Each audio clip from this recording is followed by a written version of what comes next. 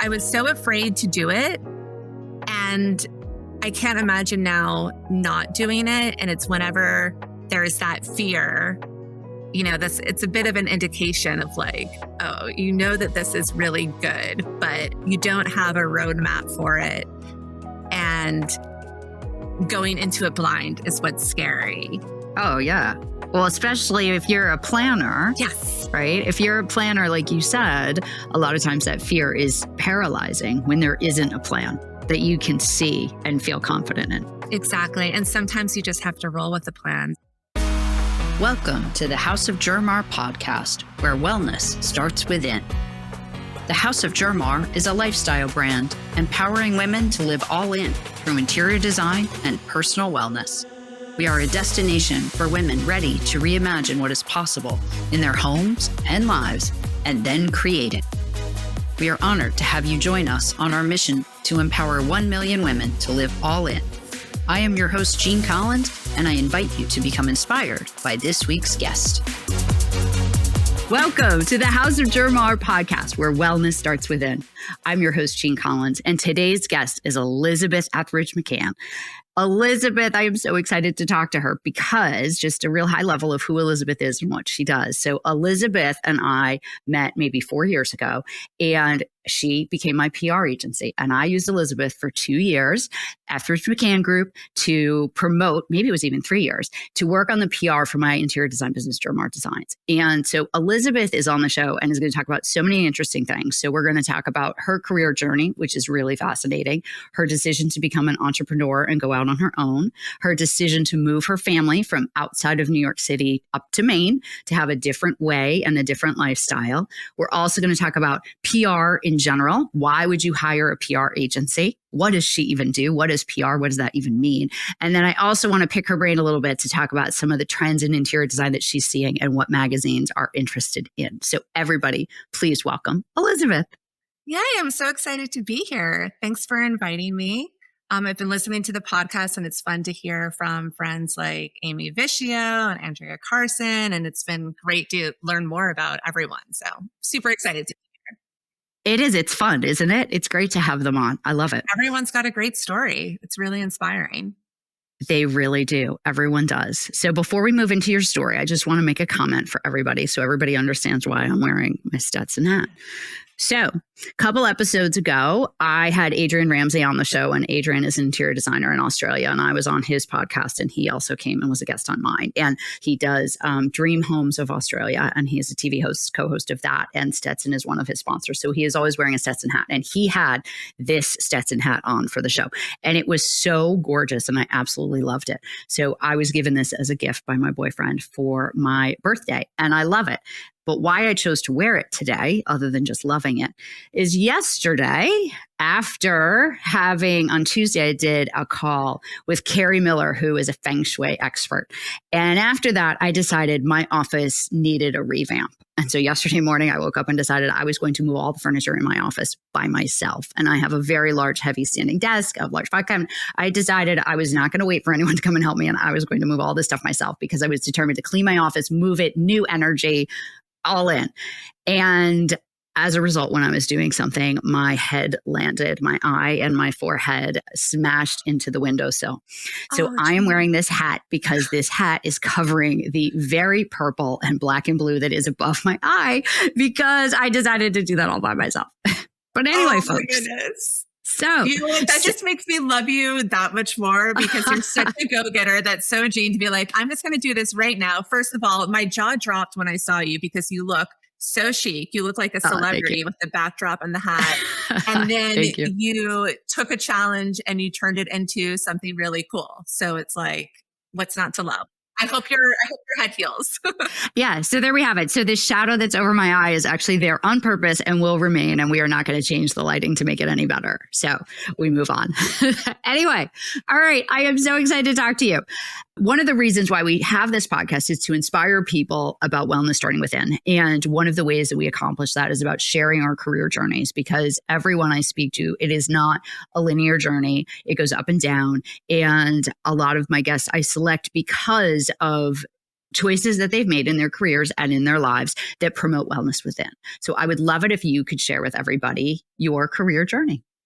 Absolutely. Well, it's not linear. And I've always been a creative person. I majored in art history. I was even going to do art, but I've also had a great business mind from early days. Even in college, we're like, oh, you're going to be a business person with like a fancy scarf and you're going to be off doing that thing. I'm like, yeah, I'm going to be like, CEO vibes or whatever. And my first job out of college, I did sales and I was selling international tours abroad and going to London, Paris, and Rome. Like before I even started, I had no idea how good I had it. And it was great, but it was very, very salesy. And I was in Boston and not New York City. And I realized that I missed the creative energy. And I had friends in New York and I was like ready to, conquer New York City, right? And so I quit my job, didn't have a job lined up because I got the sales job when I was still in college on my dorm room. So I just thought, that's how it happens, right? Young, 21 years old, and go to New York City. And I decided I'm going to make it in the art world. That's what I want to do. So I have an interview at Sotheby's on 9/11/2001. Whoa. Yes. Okay. Yeah. But nothing like that had ever happened before. And I was in Brooklyn and I could see the World Trade Center on fire. But I'm like, things happen in New York. I grown up in Greenwich outside of New York, so it wasn't new to the city. And everyone was just getting on the subway. And in New York where like things happen and you just kind of go about your day. You're doing your thing. But then it got real. We were evacuated. People were covered in white dust. It was a whole thing, right? Crazy. Like just really, very, very intense thing to be a part of. But I did end up going into the art world. I worked at Sotheby's. I worked at art galleries. I worked at an art magazine. It was an amazing time to be in New York City. It was super creative, but I looked around and I didn't see that being my life long term. It was great for my early 20s, but no one really had a lifestyle that made sense beyond just like working and going out, and it was only in New York City. So I felt the stress of like, I can't do this anywhere else, maybe London, but not even on the same scale. And I felt so tethered to having to be in the city, which is amazing, but like there's more to that. So we decided to move out to Connecticut, and it was a little bit like that uh-oh feeling of, okay, we're not in this creative environment of New York City. And what can I do that's creative? I don't want to be at a hedge fund. I would be, terrible at it, even if they did hire me. And so I got a job working for an interior designer. And I had been frankly, a snob about interior designers back in the day when I was in the art world. I know I'm like obsessed with interior designers now. All of my clients are interior designers. I'm the biggest cheerleader you'll ever meet for the interior design industry.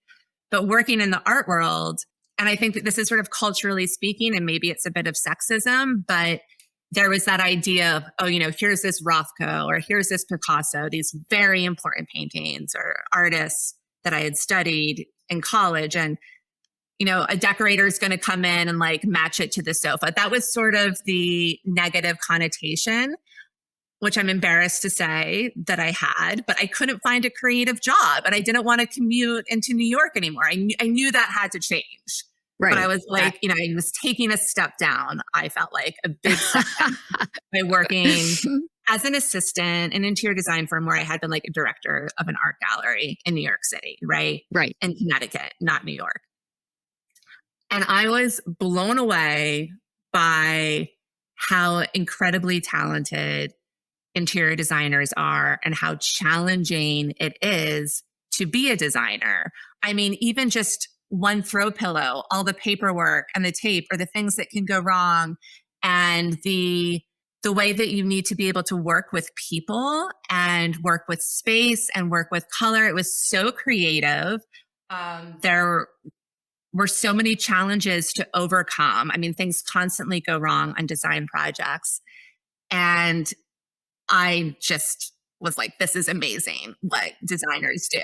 But I didn't really want to do it myself because it was too hard. I'm like, this is like, I love to talk about it and write about it, but I don't really want to be dealing with the wallpaper being back ordered or this and that. So I worked with a design firm on getting a Rizzoli book. We did a book. This is when social media was just starting, websites, all of this stuff. And I really became the PR and marketing person. But then I kind of outgrew that, right? I was like, all right, well, did that, but what do I do now? And I'm a planner, and I wanted to start a family. And I'm thinking, okay, well, what would be a great job to start a family? We're going to move even further away from New York City, like up higher into Fairfield County, where like there's like farmland and stuff. And I'm going to get a job at the local country club. And I can literally like walk there from my house, and I can like work part-time and be a mom. And I'm the communications director of this country club. And I don't know why I thought that was a good idea, but it seemed like a good idea. I love your honesty. It took 5 years to have a child. I dealt with infertility, which was honestly, unless someone's been through it, I don't think it's possible to understand just how hard that is and how isolating. I think it's better now, 10 years later, but it was really a tough time. And working at the country club with all the families didn't help that. And it was not creative. It was golf. I tried to make the emails on the website as, interesting as possible, but I was really not inspired. They were great, great people, but it was just not, it was like the sales job back in Boston. It wasn't creative or juicy enough. And so I basically started my own company during that time. And I started working with the interior designer again. She missed working with me, and then she referred me to other clients, and I built a nice little freelance business. And I couldn't wait to come home from the boring job. And then I would work. And that would be what I was excited about. Right. And then I finally got pregnant after lots of heartache and miscarriage and things not working. And that was the day that I found out that I got pregnant. I kid you not, was the day that I got my ultimate dream job, which was, in my mind, the best job in the entire world. Doesn't get any better than this, on the day that I found out that I was pregnant. Amazing. Yeah. Karma Amazing. and the universe coming together. Yes, but then not at the right time, right? Because I had this like low-key job for when I would start a family. And now the dream job that I want is not low-key. It's like all hands on deck, and you're giving it all you've got. And this is like the pinnacle of your career. But I knew I had to just go for it. That was my gut. And I'm glad I did. I was the director of marketing of a home furnishings company, and we had stores in New York and Connecticut. The flagship was 100,000 square feet. There were a team of over 20 interior designers. I was also doing marketing for a licensed furniture collection that was sold globally. I eventually also started doing the PR for that, and then was going down to High Point Market. And it was really great. I made incredible connections, just got such great knowledge of the industry as a whole, from the brand side as well as the interior design side, and all the partnerships. And we did all of these celebrity design events, and it was great. Once I had my baby, it was still great. Like, I was still dedicated to my career. That did not go away.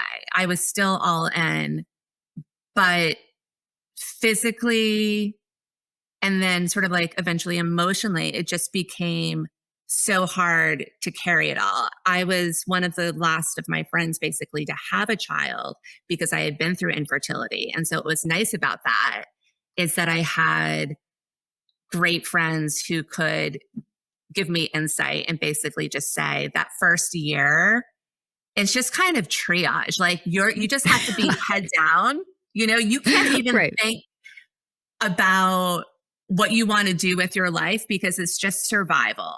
So Right. basically, like, don't make any big decisions until you've just sort of like gotten through that. You're just surviving. And so I did my work. I pumped milk in like a Starbucks in New York City and yelled at people that it was going to be a minute because, I'm not going to be down in the bathroom 5 minutes because what am I going to do? It's like, I'm just going to make it work. Yep. Been there, done that. Yeah. Mm-hmm. So I did all of those things. And then there are a couple of things. The business where I was working wasn't doing so great. It was a family business. There were a lot of things that were going on. And I could sense that, maybe I should be trying to going in a little bit of a different direction. And also my parents retired to Maine when I was on maternity leave. And Maine has always been a place that I've loved. I got married up here. I had, summers up here. My grandmother lived here. And it was kind of like this moment of, oh, I'm a grown up. Like, we're grown ups. Right. Newsflash. Yeah. You actually are an adult now and have a child. And you can actually decide where you live. Right. You don't have to live outside of New York City just because that's what it seems like everyone in your world does. Or you don't. Like, you can actually just do whatever you want. You've got to figure out how to make it work. But there are people that live in Maine, and maybe we could be some of those people, because I really felt like the pace in Maine was better for children than the pace in Fairfield County, which I had experienced myself as a child moving there in 5th grade. And it's great. Like, Fairfield County is absolutely amazing, but there was something about Maine that was calling, and there was something about the current lifestyle of being on this hamster wheel and the ambition and not being able to say no to things. I think that the real problem is that, or not a problem, but just something that I was contending with, is that I'm an ambitious person who loves and gets excited about work. But now I was also a mom that really cared about having a great relationship with my son, who was still, a little baby, and, spending time with him and enjoying that and giving him giving him a great childhood.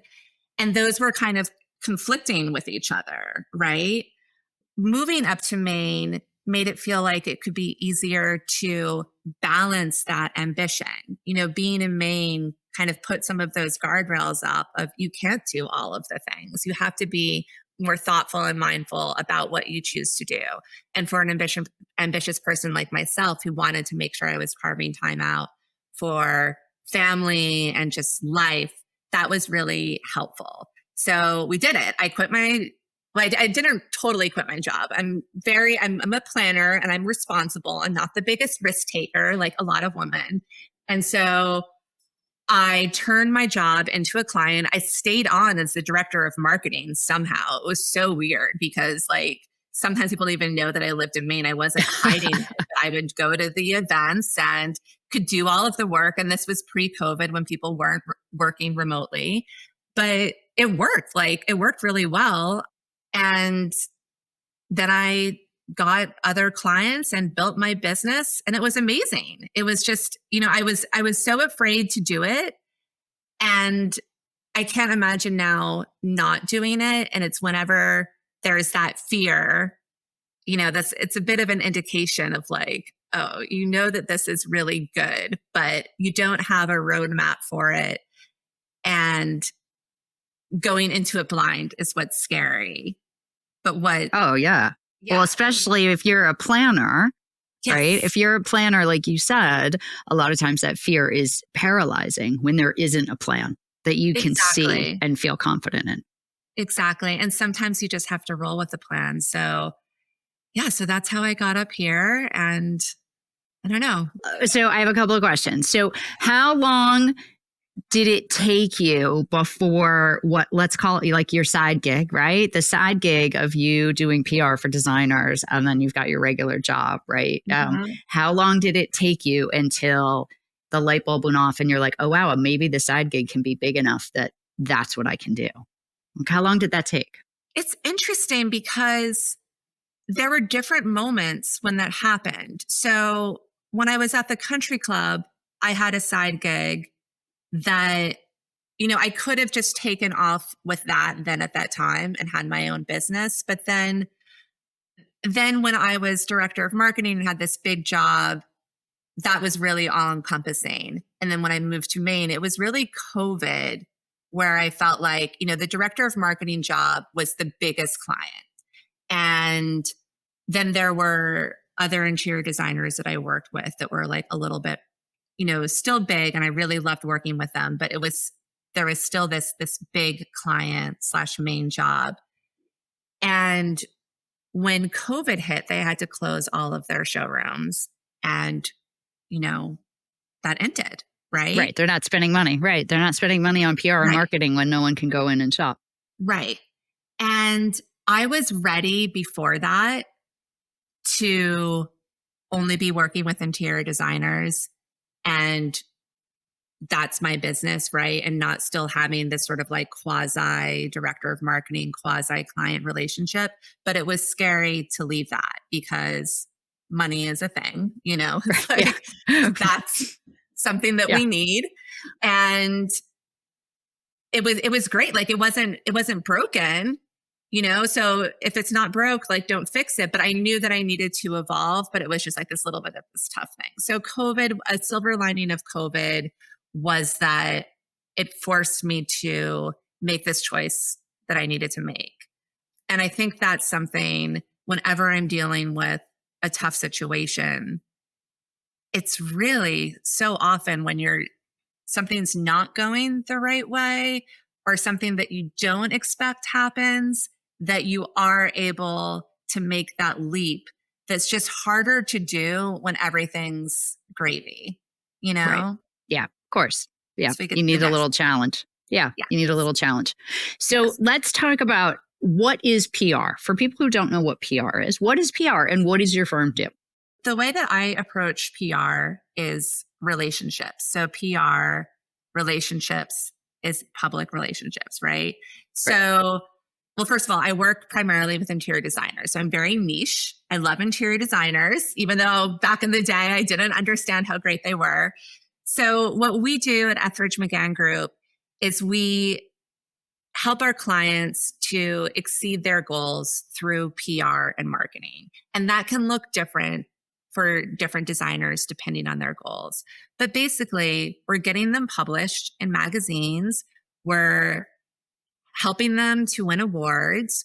Once they get those accolades, we're helping to get that out there. So that's via beautiful websites, Instagram, before that even is making sure that the brand is representative of the designer and the types of works that they want to do so that they can get projects and get published because it's very hard to get published if you don't have a website that looks impressive or beautiful photography of your work. So it's really a holistic boutique approach. We're not one size fits all. So if someone is excellent at doing Instagram and really like loves to do that and gets that, that's great. We don't have to do that for you. Or, if you already have relationships with some editors, I encourage you to strengthen those relationships. Some publicists they want to protect the relationships. I come from a mindset of abundance where I want everyone to have access to everything. I don't need to hold on to it. That's not my value. My value is the creative strategy, thinking big picture. Yes, relationships. I bring relationships and I cultivate relationships and I can make relationships between the interior designer and the editor. But I'm wanting to encourage that and not protect that, if that makes sense. It does. It does. So I'm going to add something else to what you do since I've Right. worked with you. And I know one of the other gifts that you have is you are an incredible writer. And you have an ability to write so eloquently and pull out from designers what makes them unique and what makes them special. Because where we live in Fairfield County, which is a lot of what you specialize in, are designers here, you would think, oh, wow, having a PR person to promote my brand, but yet they also promote these other 10 brands, how am I going to be special and how am I going to get published? And you have such an ability to find the uniqueness in your clients and then to be able to communicate that through writing, which I think is something that is so important for people as businesses. If you're looking to try to hire somebody to outsource and to help you, finding someone who is a really good writer and has the vision and understands the brand at a larger level and can help someone articulate that is really a skill that someone needs to ask about as they might be shopping around, because you're very good at that. So I don't want to not have you get credit for being good at that. Yes. No, thank you so much for saying that. And that's something that I truly love so much. And it's something that I haven't been able to like outsource that. I haven't, it's something that, even, there's AI, there are all of these ways to have writing done now, but I just love our clients so much and really want to know all of them. I actually really care. It's not just like you go into the machine and we do this. I really want to get to know you and make sure that we're telling your story, not only because it makes my job a lot more interesting. And I really am lucky that I've had a career where I only do what I love. And if I stop loving it, I've been able to switch gears. And I think that's the path to success. It's just do what you love and the success will follow. But it's also smart, because if I'm telling a story, or if we're telling a story about who your brand is, that's more compelling for PR. If we're just using generic terms and it's like, oh, I think we had this conversation before where I'm like, Jean, it can't just be beautiful design. And you're so smart at PR marketing. So you're like, we had the best time working together because you get it. And it was really fun to have those conversations with you.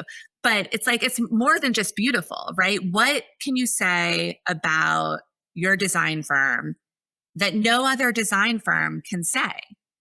That's the real challenge of the PR and marketing, because the editors are getting inundated.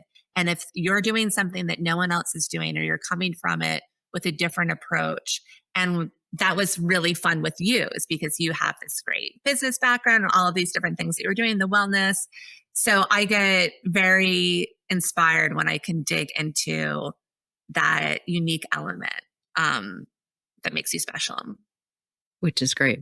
I love that. Right. Yes. Making it beautiful is easy. Exactly. I remember very well. Right. And it's true. Making things beautiful, that's not the hard part of what we do as designers. So that's really helpful. The interior design industry is so interesting because print publication still plays such a role in that industry. And that is not true for a lot of industries. And digital is now very important also. So you have to balance the importance of print, because in interior design, people actually do want to hold that magazine and see that pretty house and see that pretty space and read about it in a print magazine. And so there still are so many large print magazines. And then there are also so many neighborhood magazines, especially where we live, local publications, that print is very important. And homes and interior design are also very important. So they're always featuring designers and homes and trends and things like that. So my question for you is, what are you seeing in terms of trends of what the industry is asking of your clients? And from an interior design perspective, what are they looking to showcase in people's homes now? That's an excellent question. And first, I just want to talk a little bit about the print side of things too, because it's so smart what you said.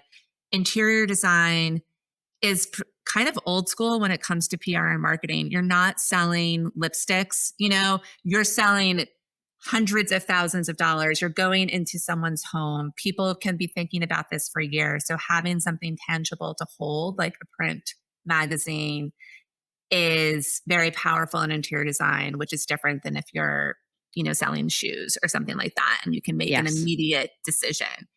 In terms of what editors are looking for. There are some things that are always true, and then there are some things that are changing. So if you're wanting to get as many pages as possible, you need to have a full house. So that means, all of the rooms in a house. You need to have the bedroom done. So figure that out if you want to have the whole house. You need the kitchen, you need the living space, you need a bathroom, you need a powder room. You need to have the full house, and more the exterior as well, to give it a sense of place. Otherwise, you can't expect, 14 pages or something like that.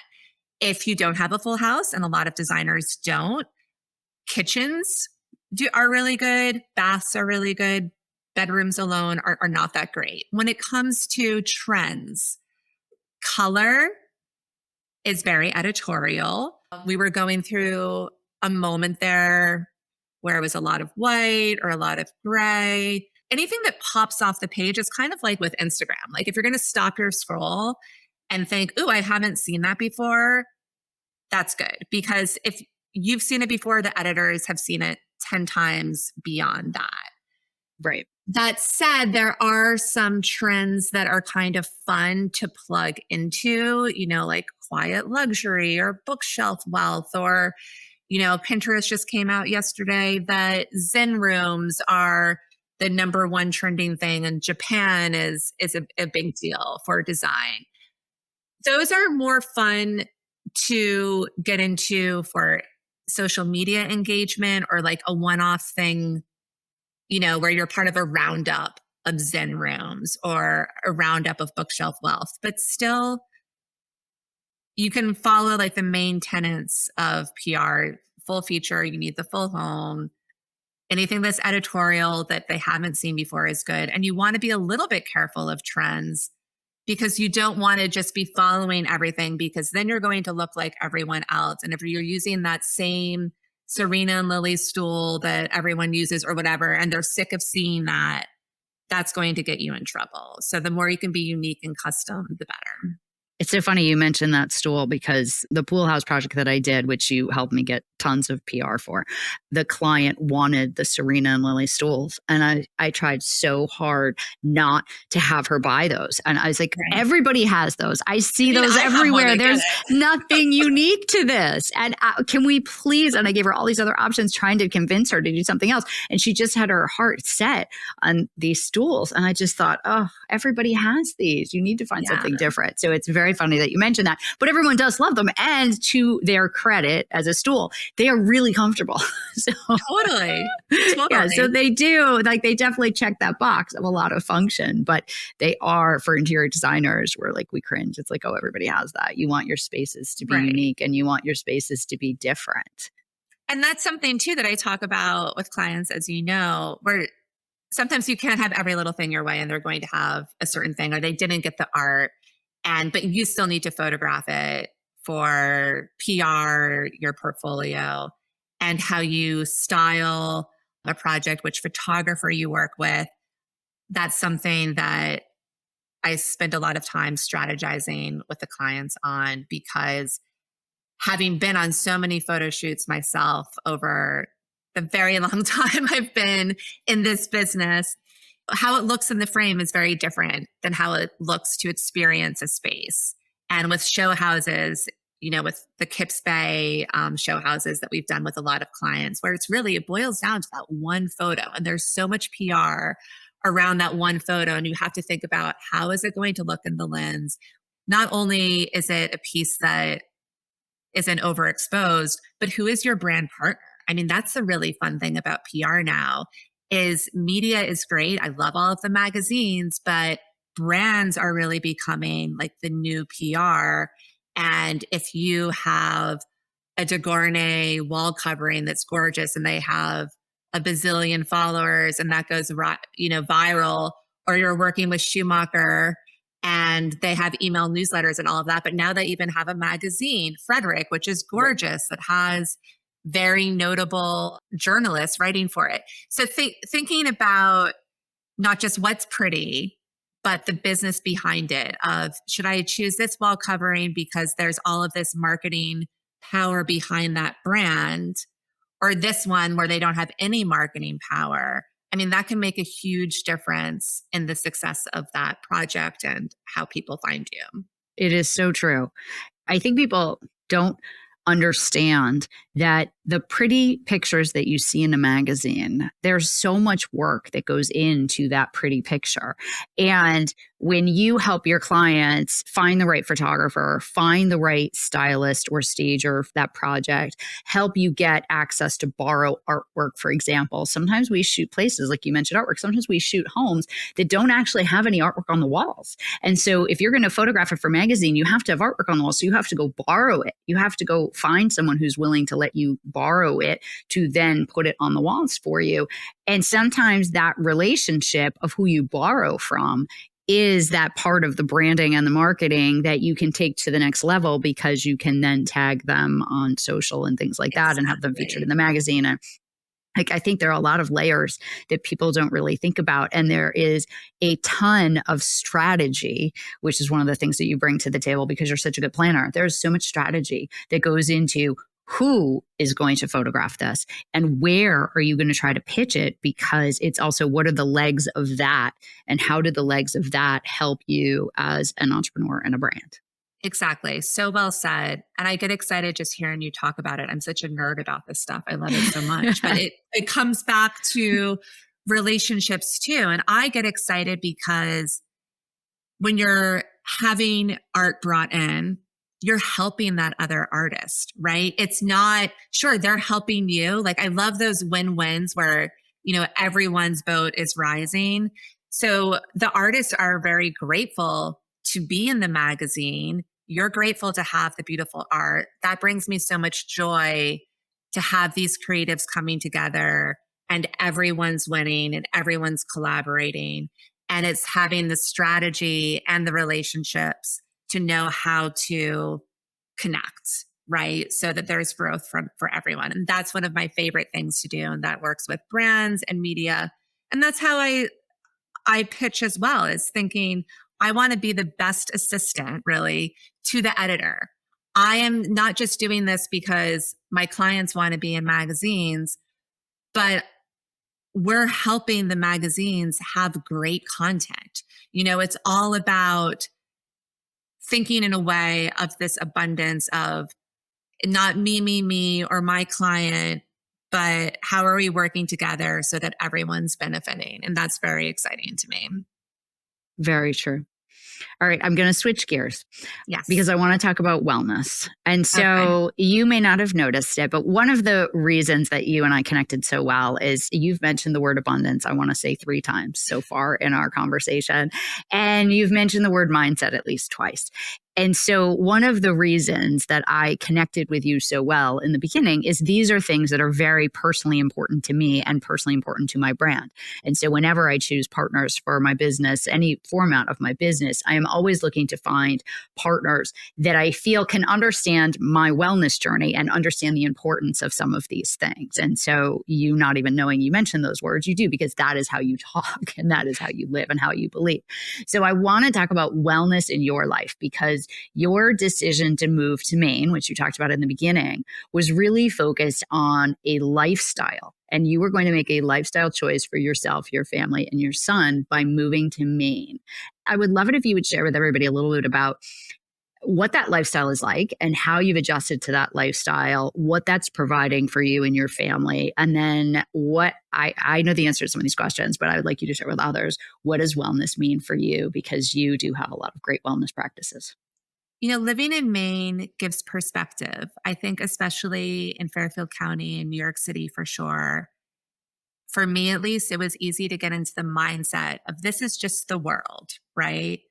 And it's sort of like when you go to another country and then you come back, you just have a clear perspective. And clarity is a very important way of thinking about wellness for me. It's just, before you can have wellness, you need to have clarity on what even feels good, right? So being in Maine gave me perspective to have more balance in my life because I wasn't on the hamster wheel in the same kind of way.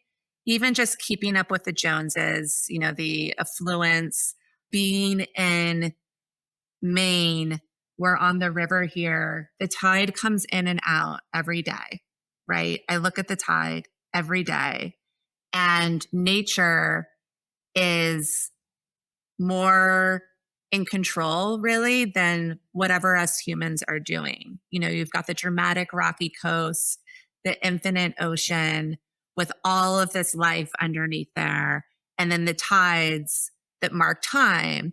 And living in a place like that where nature is so omnipresent, which is different than New York City, where it's been tamed and the humans are in control.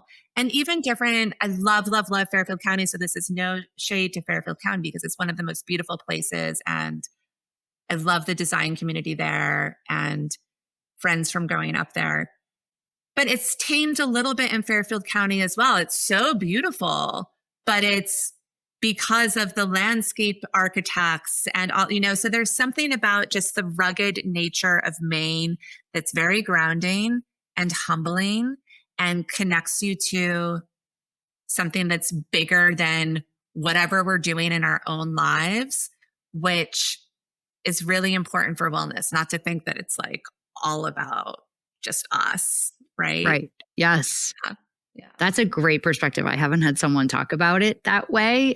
You're looking at wellness more on a broader, holistic, and also bringing in the environment as well. And what does that look like? And I can totally visualize, and I've seen you post pictures of you sitting out there near the water, and I can totally visualize the tide moving in and out and the calmness that the tide and watching the tide coming in and out can bring. And the element of water is so important in health.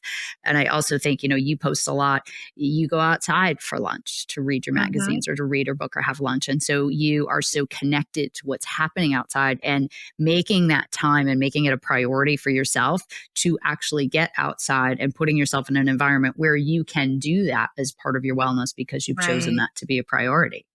Right. I thank you for stating that because it's something that I never take for granted. There are pros and cons.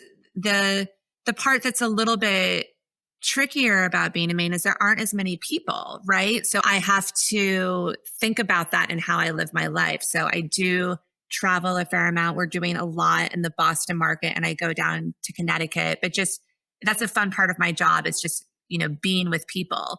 But I've also cultivated a community here in Maine, and you're going to laugh because it's a group of girlfriends or boys were in preschool together, an outdoor preschool, of course, in Maine, where they just did everything outside, everything outside. But we bonded together, especially during COVID, and we called ourselves the Ladies of Abundance. And we love it. And we would get together for just powwows, whether it was, just getting matching metallic snowsuits and, getting together outside or doing, meditation sessions or yoga or giving, business advice. We're all entrepreneurs. We all have our own businesses. And actually, one of my friends, Lana, she has E&D Yoga, which is an online yoga platform, which is a huge part of my wellness journey. Yoga and breathing are very important to me. I mean, breathing is very important to everyone, but really being tuned into breath. And that's really what yoga is all about. So I try to carve in time for that and for meditation. And also because I am a planner, like mindful planning. So I'll do things where, quarterly, I'll look big picture. What do I want from this season? Each day, then at the end of the day, I write my priorities for the next day so that I'm not having a reactive day, but I'm, really being mindful of what I want to get out of our time here. Right. And what I also do, which is kind of a little woo-woo, is every year I have a different word that sort of grounds my meditation. This year, the word is clarity. Last year, it was integrity. The year before that, it was curiosity. The year before that, it was healing. Before that, it was peace. And so that, for me, when I meditate, it's helpful for me to have something that helps to organized. I know we're not thinking when we meditate, but just something to kind of, It's giving you intention. It's giving a yes, purpose for it. It's giving intention to it. yes, Yes. exactly. Yes. And Exactly. so much of what you talked about also helps you be accountable. Having a network of friends that you can connect with also holds you accountable. It makes you feel like a sense of community, a sense of purpose. I'm a huge proponent of goals. I don't plan nearly as well as you do. You are like the planning strategy queen. But I do think you bring up some really important points of the importance of setting intentions, setting Mm, goals, and then holding yourself accountable to what are you going to do each day to get to those goals. right. Because they're not just going to happen. You don't manifest things without doing some work. It doesn't just appear. You have to put a Exactly. little effort into it. So I love that you mentioned Exactly. those things. And it's a daily practice, and it's constantly evolving too. I think another thing that's important is if something is ever not working in the way that it was before, to have the intuition to Mm. be aware of that and adjust. Before we started recording, we were talking about our kids and parenting and, my son going into middle school and, your daughter out in the world. And you can't have the same parenting approach throughout the years. And you can't have the same approach to your business or to your own wellness journey either. Like we're constantly evolving.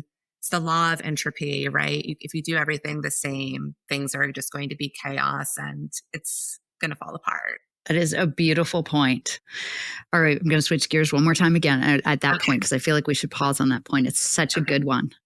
I ask all of my guests to recommend a book that has had meaning for them personally and has impacted either their personal wellness or their career or their life in general that they think is worthy of reading. I'm a huge proponent of reading. I'm a huge proponent of books. I think they can change your life. So, what book would you like to recommend? Sure. Well, I am a huge reader myself. Every single night I read. It's how I sort of calm down. But this is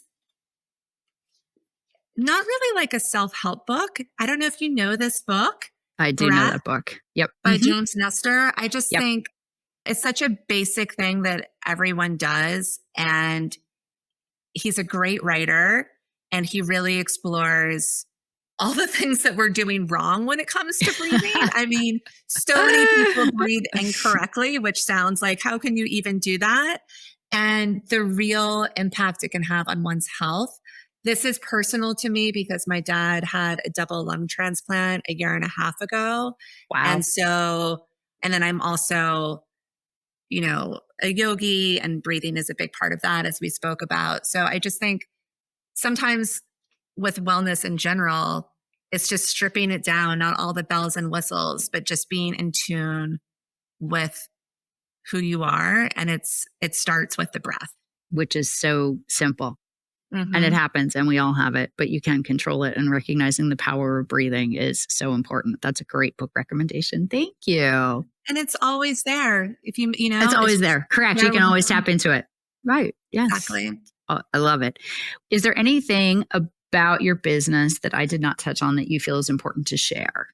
Don't be afraid to see what you can do. I think sometimes designers, all of us, can be paralyzed by the noise and have inaction because they're seeing influencers doing all of the things, or they're seeing this person out here and they have this photo shoot and this and that. And there's so much that you can be doing, and there's so much that people out there are doing. And that can be overwhelming, or you might try something and have it not work in the right way. And PR and marketing gets more and more complicated all the time. There are more things that you can do. Digital, which we didn't really talk a ton about, is a whole landscape that can be very complex. And it's helpful to have a strategy and a big picture around it. So I would just say, take a deep breath. And I would be happy to hear from anyone who just feels like they want a big picture on where they should go in their business. I do strategy sessions. So it's no commitment, it's just an hour. And I share all my insight into what direction may be right for you. And I've been having so much fun doing that. I just started that actually this summer, and it's my new favorite thing. It's really exciting. People have been so into it. And I really enjoy the conversations and the strategies that we come up with.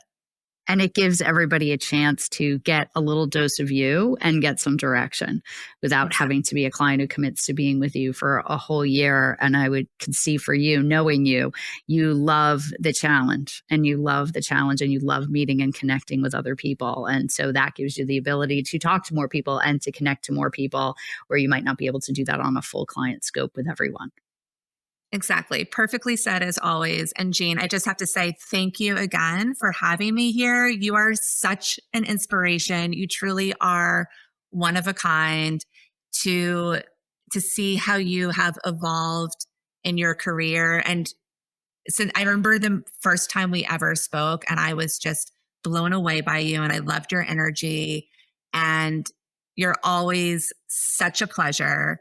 And thank you for sharing you with, all of us here. It's really, I'm so excited to be in your world and be a part of this with you. Oh, thank you so much. And thank you for joining and sharing your story. It's all about inspiring, educating. We don't really talk much about marketing and PR.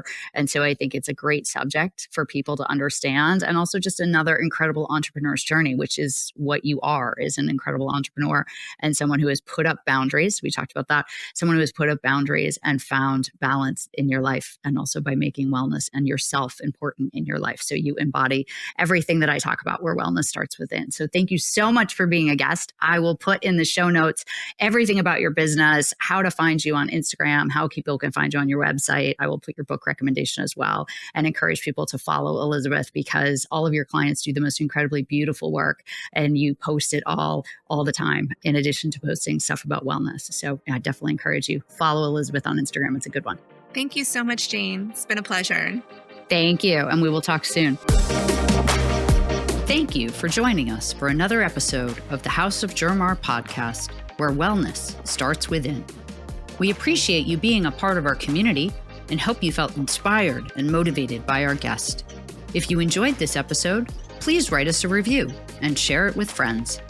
Building our reach on YouTube and Apple Podcasts will help us get closer to our mission to empower 1 million women to live all in. You can also follow us on Instagram at House of Germar, and sign up to be a part of our monthly inspiration newsletter through our website, houseofgermar.com.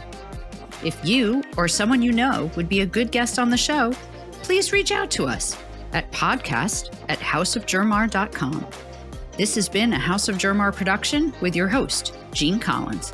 Thank you for joining our house.